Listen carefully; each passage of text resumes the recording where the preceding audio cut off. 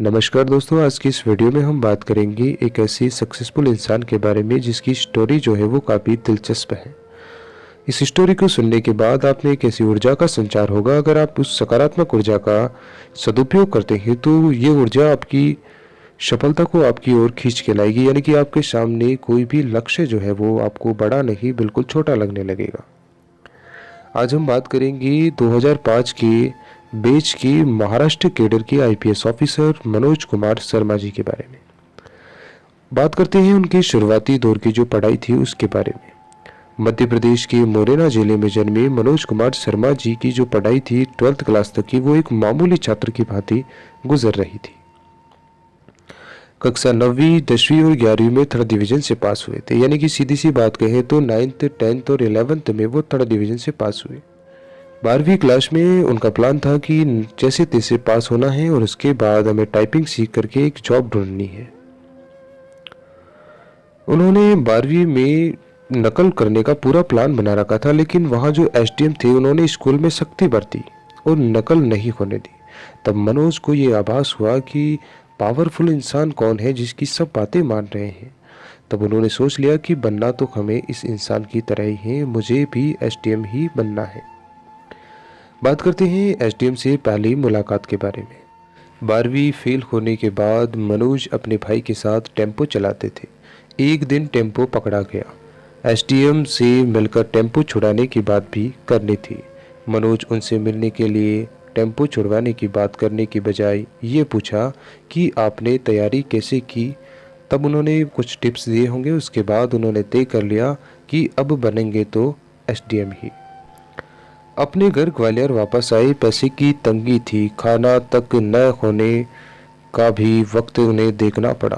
फिर लाइब्रेरी में चपरासी का काम मिल गया। कवियों और विद्वानों की जब सभाएं होती थी तो वहाँ पर बिस्तर बिछाने का, उनको पानी पिलाने का ऐसा काम भी उनको मिल जाता था।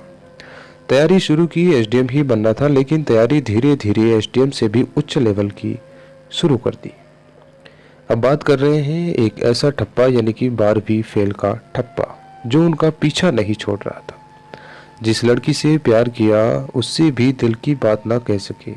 डर था कि वो ये ना कह दे कि तुम तो 12वीं फेल हो। इसलिए फिर से पढ़ाई शुरू की। संघर्ष कर दिल्ली आए। पैसों की जरूरत थी। बड़े घरों के कुत्ते टहलाने लगे, यानी कि जो बड़े घरों में कुत्ते होते थे उनको बाहर टहलाने का काम करने लगे। प्रति कुत्ते उनको 400 रुपये मिलते थे, यानी कि एक कुत्ता टहलाने का उनको 400 रुपये का खर्च मिलता था। बिना फीस एडमिशन और लड़की का साथ, यानी कि उनकी जो फीस है उनकी फीस में भी उनका सहयोग दिया था। डॉक्टर विकास दिव्यकीर्ति नाम के एक शिक्षक ने बिना फीस एडमिशन दिया। पहले अटेम्प्ट में प्री क्लियर किया, लेकिन दूसरे तीसरे अटेम्प्ट तक प्यार में था।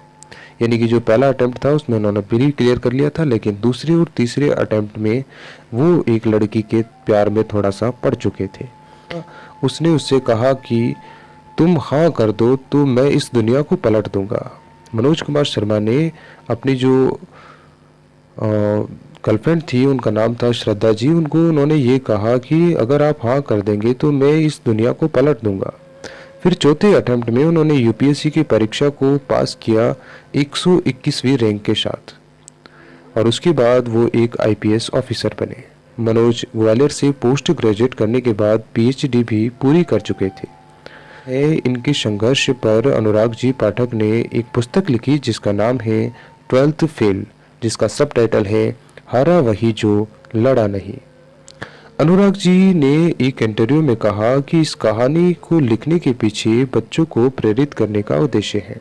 यानी कि इन्होंने जो मनोज कुमार शर्मा जी हैं, मनोज कुमार शर्मा के ऊपर जो ये कहानी लिखी है, इस कहानी का मेन जो मकसद है वो यही है कि जो भावी पीढ़ी है, उनके जो बच्चे हैं, उनको प्रेरित करने का उनका उद्देश्य है।